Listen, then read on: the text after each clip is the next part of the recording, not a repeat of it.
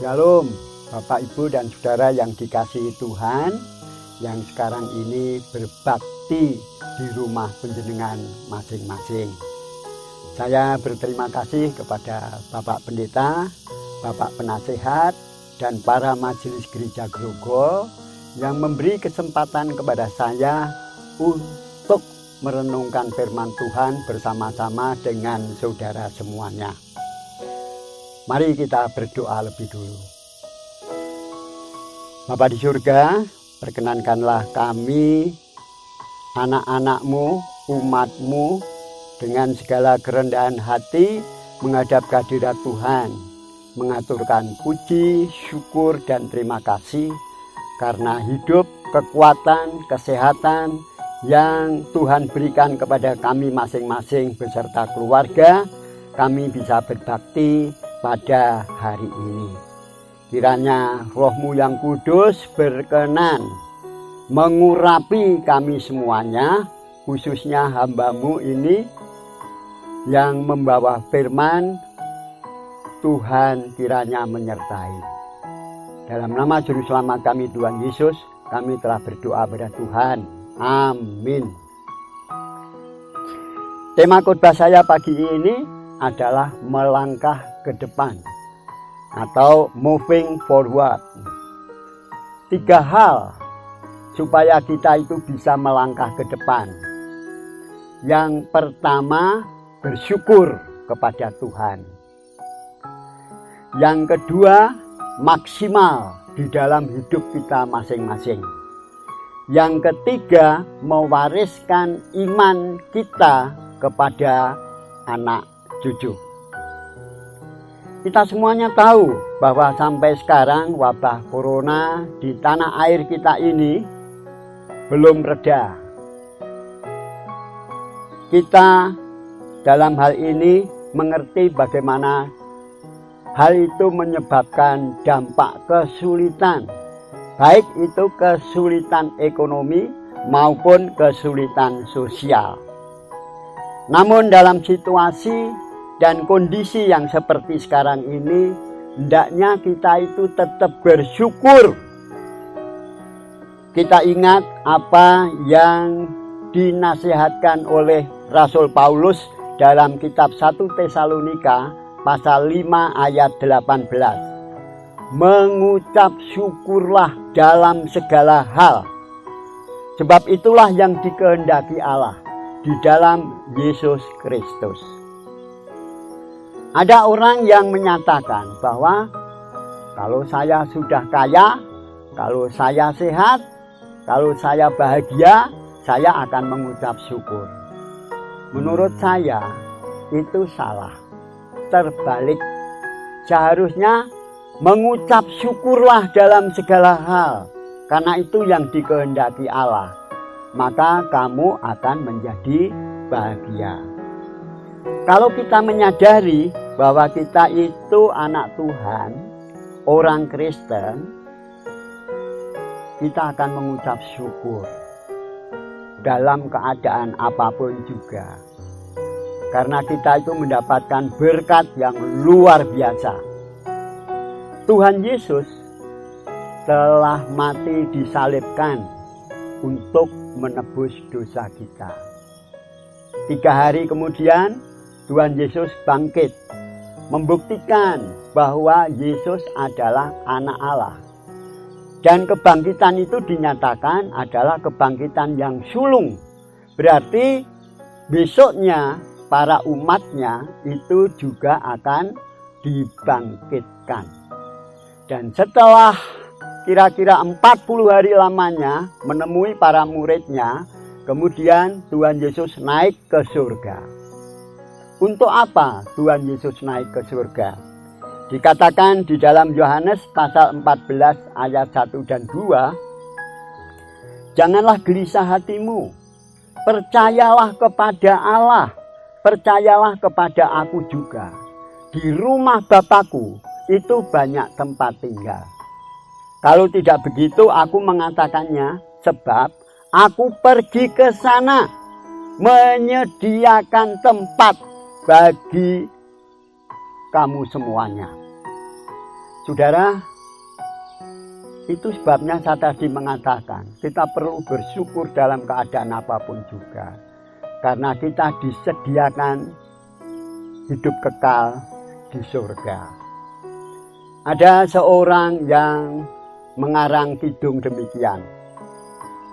Kula ningo negeri kang endah, nagrine pepadang kang mulya,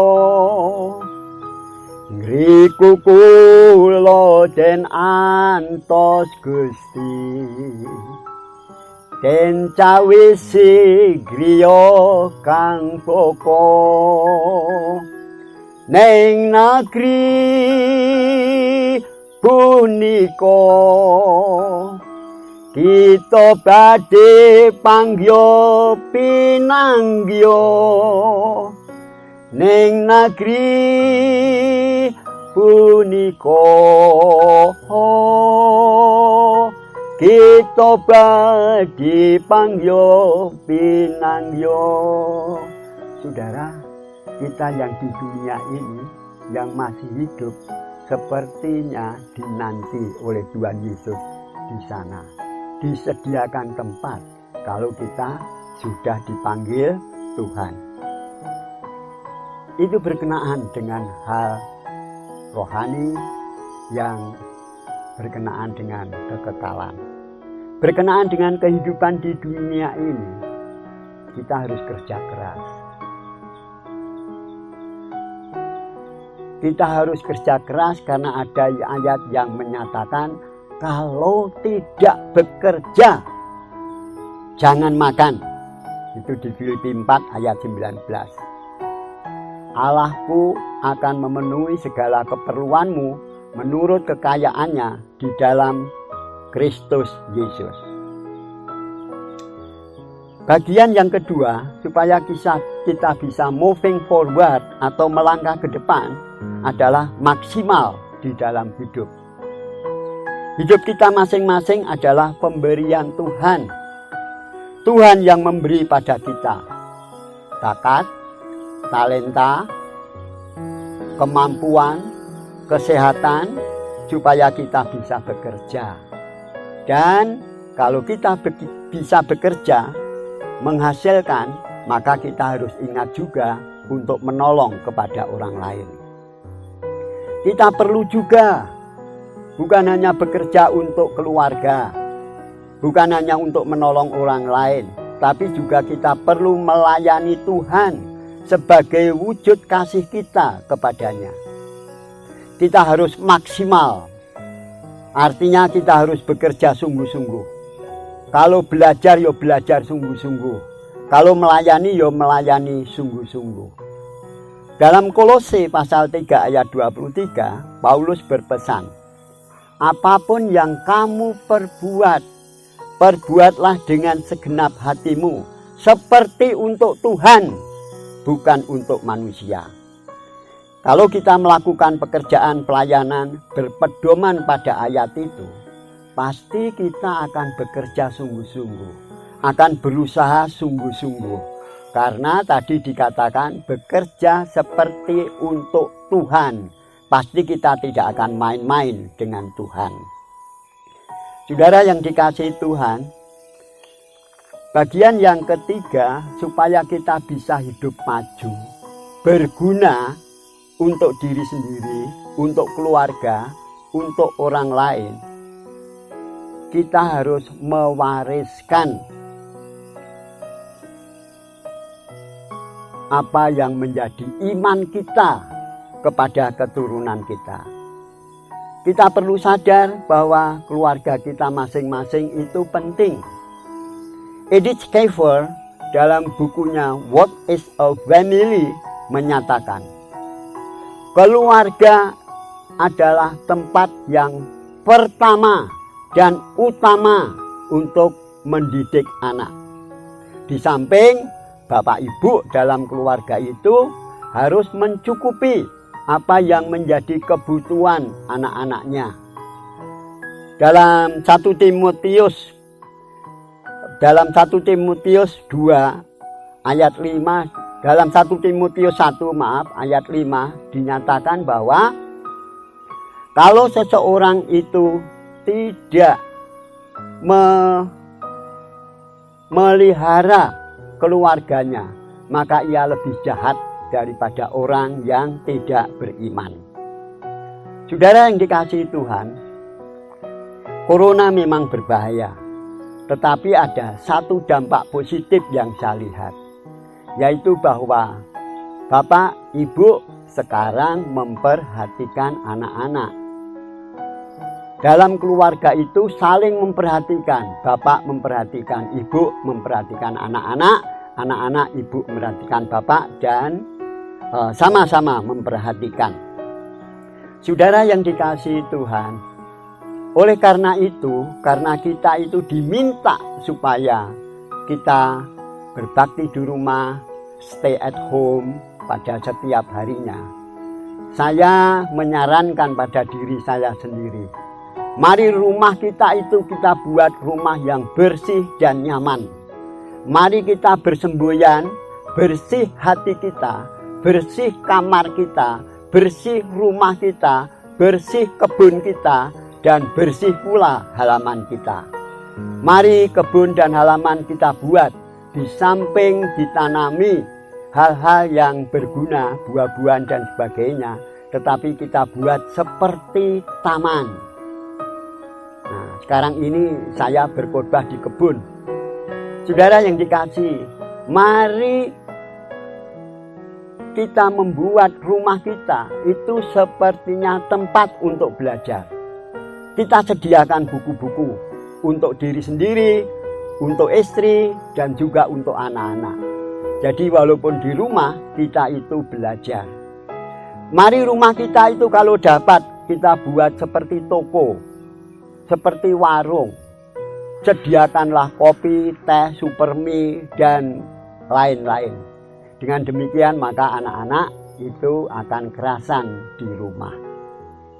Saudara yang dikasihi Tuhan, tadi saya katakan bahwa kita harus mewariskan iman kita kepada anak-anak kita. Kita ingat di dalam satu kitab 2 Timotius 1 ayat 5 itu dinyatakan bahwa Lois itu mengajar Eunike, mewariskan iman kepada Eunike, dan Eunike itu mewariskan iman kepada Timotius. Dan kita tahu bahwa Timotius itu menjadi seorang Kristen yang baik, yang terkenal di daerahnya kebaikannya, dan juga menjadi penginjil yang baik. Kesimpulan, 3 hal perlu kita lakukan kalau kita ingin moving forward dan berguna. Yang pertama, bersyukurlah dalam segala hal. Tuhan akan memberkati. Yang kedua, maksimal dalam hidup sehari-hari. Dan yang ketiga, mewariskan iman kepada anak-anak kita. Tuhan memberkati. Amin. Mari kita berdoa. Terima kasih Tuhan, kiranya kami semuanya bukan hanya menjadi pendengar firman, tetapi kami bisa melakukan firman. Dalam kehidupan sehari-hari apapun yang terjadi, biarlah kami mengucap syukur kepada Tuhan. Biarlah kami mengatur rumah tangga kami yang baik. Rumah kami menjadi baik dan bersih. Demikian pula terutama adalah hati kami. Tuhan, terima kasih. Roh Kudus kiranya memimpin kami untuk melakukan firman Tuhan. Dalam nama Juru Selamat kami Tuhan Yesus, kami telah bersyukur dan berdoa kepada Tuhan. Bapa, sentuh hatiku, ubah hidupku menjadi yang baru, bagai emas yang murni. Kau membentuk bejana hatiku.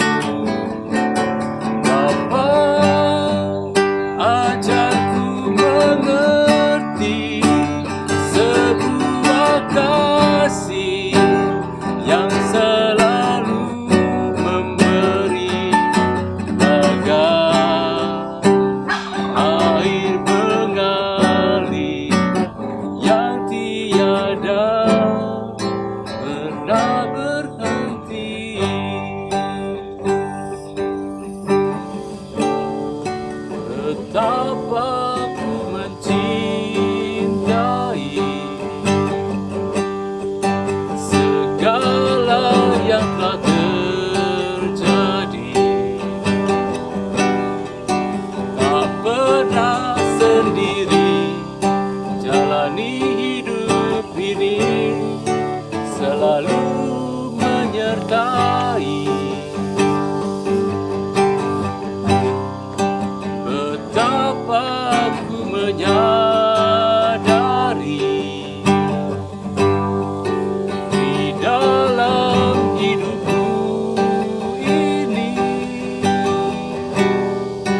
Kau selalu memberi rancangan terbaik oleh karena kasih.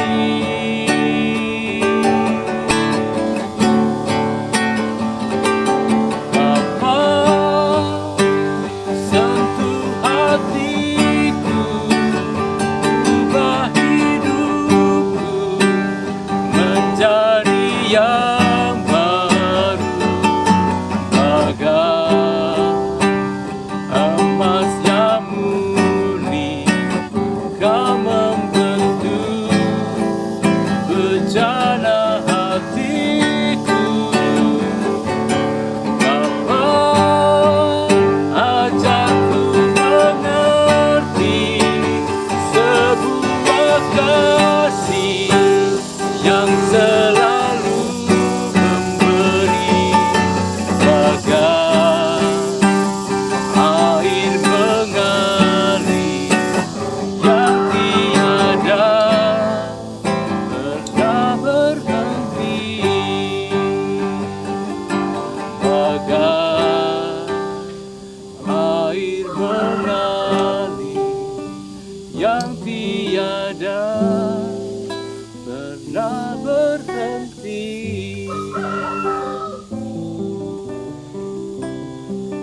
Kasih-Mu ya Tuhan tak pernah berhenti. Mari kita mohon berkat kepada Tuhan. Bapa di surga, kiranya Bapa yang maha kasih dan maha baik berkenan memberkati kami semuanya dengan berkat jasmani. Tidak ada satupun di antara kami yang kekurangan sandang pangan. Kiranya Engkau juga memberikan berkat-berkat rohani dengan pembacaan kitab suci pada setiap harinya. Dan juga Tuhan memberikan damai sejahtera di dalam hati kami masing-masing, di dalam keluarga kami, di dalam masyarakat kami. Bapa kami yang di surga, dikuduskanlah nama-Mu, datanglah kerajaan-Mu, jadilah kehendak-Mu di bumi seperti di surga. Berikanlah kami pada hari ini makanan kami yang secukupnya, dan ampunilah kami akan kesalahan kami, seperti kami mengampuni orang yang bersalah kepada kami. Dan janganlah membawa kami ke dalam pencobaan, tetapi lepaskanlah kami daripada yang jahat. Karena Engkaulah yang empunya kerajaan, kuasa, dan kemuliaan sampai selama-lamanya. Amin. Sentuh hatiku, ubah hidupku menjadi yang baru, bagai emas yang murni. Kau membentuk bejana hatiku. Bapa, ajarku mengerti sebuah kasih yang selalu memberi, bagai air mengalir yang tiada pernah berhenti, bagai air mengalir yang tiada pernah berhenti.